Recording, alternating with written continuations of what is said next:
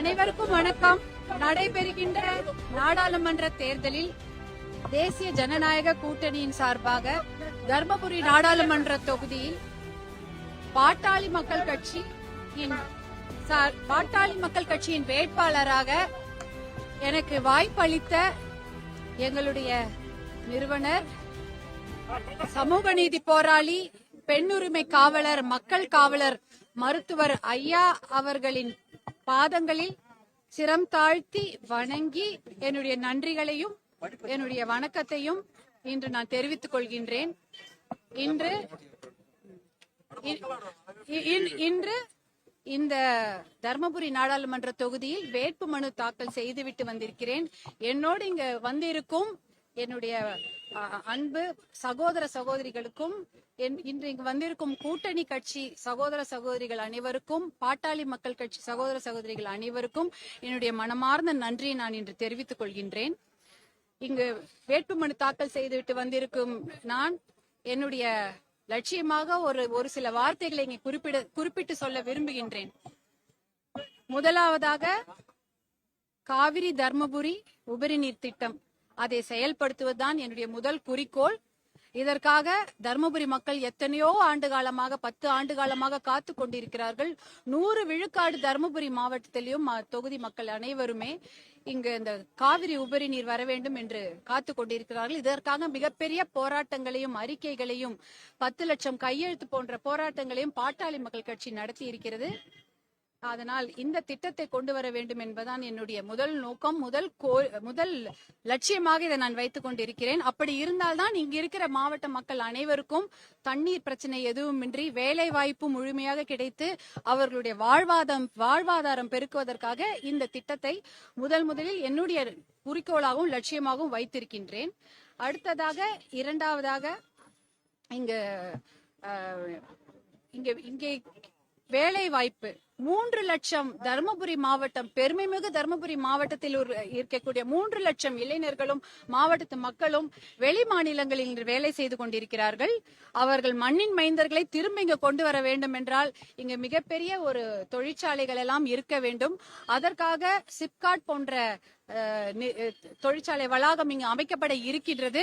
இதற்காக எங்களுடைய சட்டமன்ற உறுப்பினர்களும் நாடாளுமன்ற உறுப்பினர்களும் எத்தனையோ முறை போராட்டங்களையும் அவர்களுடைய வாதங்களையும் எடுத்து வைத்து, அது இன்று கனவாக இருந்த ஒரு விஷயம் இன்று நினைவாக ஆகியிருக்கின்றது. இதற்காக ஒரு ஆரம்ப கட்ட பணிகள் நடைபெற்றுக் கொண்டிருக்கின்றன. அது என்னுடைய பணியாக நான் கருதுவது அதை விரைவாக செயல்படுத்த வேண்டும். இன்னும் ஓராண்டு 2 ஆண்டுக்குள் இந்த சிப்காட் வளாகம் அமைக்கப்பட்டு ஆயிரக்கணக்கான தர்மபுரியில் இருக்கக்கூடிய அத்தனை மண்ணின் மைந்தர்களுக்கும் வேலை வாய்ப்பு பெருக்க வேண்டும். அங்க பெரிய பெரிய தொழிற்சாலைகளும் நிறுவனங்களும் வர வேண்டும்.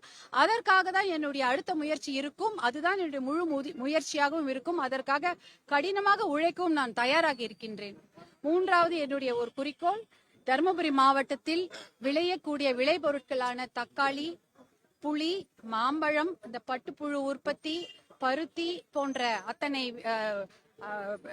டாப்பியோக்கா போன்ற பொருட்கள் எல்லாம், அந்த கிழங்கு வகைகள் எல்லாவற்றையும், மரவள்ளி கிழங்கு வகைகள் எல்லாவற்றையுமே விளை பொருட்களாக இருப்பவற்றை குளிர்பதன கிடங்குகளில் பதப்படுத்தி அதை எவ்வாறெல்லாம் வணிகம் செய்வது, அதை மதிப்பு கூட்டி அதை பொருட்களை விற்பனை செய்வது போன்ற அத்தனை விஷயங்களையும் முன்னெடுத்து செல்வேன். அதற்காகவும் என்னுடைய குறிக்கோளும் நோக்கங்களும் என்னுடைய உழைப்பும் இருக்கும் என்பதையும் இன்று நான் தெளிவுபடுத்த விரும்புகின்றேன். நான்காவதாக, இந்த தர்மபுரி மாவட்டம் தான் அதிகமாக சிறுதானிய வகைகளை உற்பத்தி செய்யக்கூடிய, சாமை வகைகளை உற்பத்தி செய்யக்கூடிய மாவட்டமாக இருக்கிறது. அதற்கான வணிகத்தையும் எவ்வாறெல்லாம் பெருக்குவது என்பது போன்றும் என்னுடைய பயணம் அமையும்.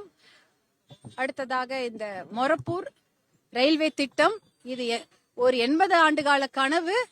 அந்த கனவை நம்முடைய பாட்டாளி மக்கள் கட்சி நாடாளுமன்ற உறுப்பினர்கள் மத்தியில எத்தனையோ முறை மருத்துவர் செந்தில் அவர்களும் மருத்துவர் அன்புமணி ராமதாஸ் அவர்களும் இதற்காக எத்தனையோ முறை புதுடெல்லியில் அமைச்சர்களையும் அதிகாரிகளையும் சந்தித்து இந்த திட்டத்துக்கு அடிக்கலும் நாட்டி இருக்கிறார்கள். அதற்கான நிதி ஒதுக்கீடும் பெற்று தந்திருக்கிறார்கள். இந்த திட்டம் இன்று தொடர்ந்து நடந்து கொண்டிருக்கிறது. அந்த கனவை முழுமையாக்கணும். அது பாதியில நிக்க கூடாது. அந்த நிஜமாகவே அந்த மொரப்பூர் ரயில்வே திட்டம் கனவாக இருந்து விடக்கூடாது. அதை நனவாக்க இவ்வளவு தூரம் அவர்கள் முயற்சி எடுத்தார்கள். அந்த நனவை முழுமையாக்கல் தான் என்னுடைய பணியாக இருக்கும். அதுவும் என்னுடைய தலையாய பணியாக இருக்கும் என்பதை தெரிவித்துக் கொள்கிறேன். அடுத்ததாக எத்தனையோ நிலுவையில் இருக்கக்கூடிய வாட்டர் இரிகேஷன் ஸ்கீம்ஸ், அதாவது உபரி நீர் திட்டங்கள், அத்தனையும் நீர்ப்பாசன திட்டங்கள், அதையெல்லாம் நானும் நிறைவேற்ற வேண்டும் என்பதுதான் என்னுடைய நோக்கமாக இருக்கும். தும்பலஹள்ளி திட்டம், அப்புறம் எண்ணெய்கோள் புதூர் திட்டம், இந்த திட்டங்கள் எல்லாம் முதலாக கொண்டு வரணும் என்பதுதான் என்னுடைய, ஏன்னா அதெல்லாம் நிலுவையில் இருக்கக்கூடிய திட்டங்கள். அந்த ஆனைமடுவு திட்டம், அதுக்கப்புறம் அந்த மாதிரி திட்டங்கள் எல்லாம் நாங்க முழுமையாக்க கொண்டு வருவோம் என்பது. சேனைக்கால் திட்டம், ஆனைமடுவு திட்டம், வாணியார் உபர் நீர் திட்டம், தொப்பையார் உபர் நீர் திட்டம், எல்லாவற்றையும் கொண்டு வர வேண்டும் என்பதா என்னுடைய ஆசை. அதை நோக்கிதான் என்னுடைய பயணம் இருக்கும். இதையெல்லாம் செய்வதற்கு கடுமையாக உழைப்பதற்கும் நான் தயாராக இருக்கின்றேன். இன்றைக்கு எல்லாரும் பாசத்தோடும் அன்போடும் எல்லா கூட்டணி கட்சியிலிருந்து வந்திருக்கிறார்கள். இவர்களோடு ஆதரவோடு அவர்களுடைய ஆசையோடும் பாசத்தோடும் சேர்ந்து உழைத்து இந்த வெற்றிக்கனியை மருத்துவர் ஐயா அவர்களுடைய காலடியில் சமர்ப்பிக்க வேண்டும். அடுத்ததாக இந்த வெற்றியின் மூலம் நம்மளுடைய மாண்புமிகு பாரத பிரதமர் மீண்டும் மூன்றாவது முறையாக அவர் ஒரு பாரத பிரதமராக இருக்க வேண்டும் என்பதற்கு எங்களுடைய காணிக்கையாக இருக்கும் என்பதையும் கூறிக்கொண்டு விடைபெறுகிறேன். நன்றி, வணக்கம். பிரபல அரசியல் குடும்பத்துல பிறந்திருந்தாலும் இப்ப தேர்தலில் போட்டியிடுறது முதல் முறை. இது உங்களுக்கு எப்படி இருக்கு? தேர்தல் எப்படி பாக்குறீங்க? தேர்தல் போட்டியிடுவது முதல் முறை என்றாலும் தேர்தல் பிரச்சாரத்திற்காக நான் இந்த பகுதிக்கு எத்தனையோ முறை வந்திருக்கிறேன். என்னுடைய பிறந்த ஊருக்கு கூட நான் இதன் முறை போயிருக்க மாட்டேன். தர்மபுரியிலயும் பெண்ணாகரத்திலயும் நான் போகாத இடமே இல்லை. எல்லாரையும் எனக்கு தெரியும். எல்லா கிராமத்துக்கும் போயிருக்கிற, எல்லாரோடையும் இருந்து பழகி இருக்கிற, அவர்களுக்கும் என்னை தெரியும். அதனால் எனக்கு தேர்தல் என்பது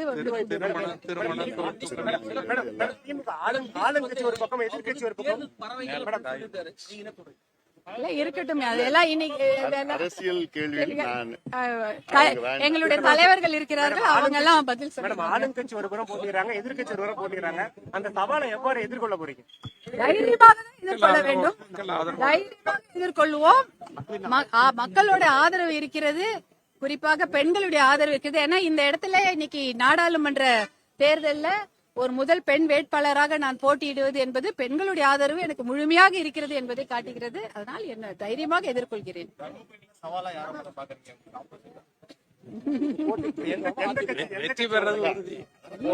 எல்லா சவால் இந்த கட்சி வந்தாலும் சவால்.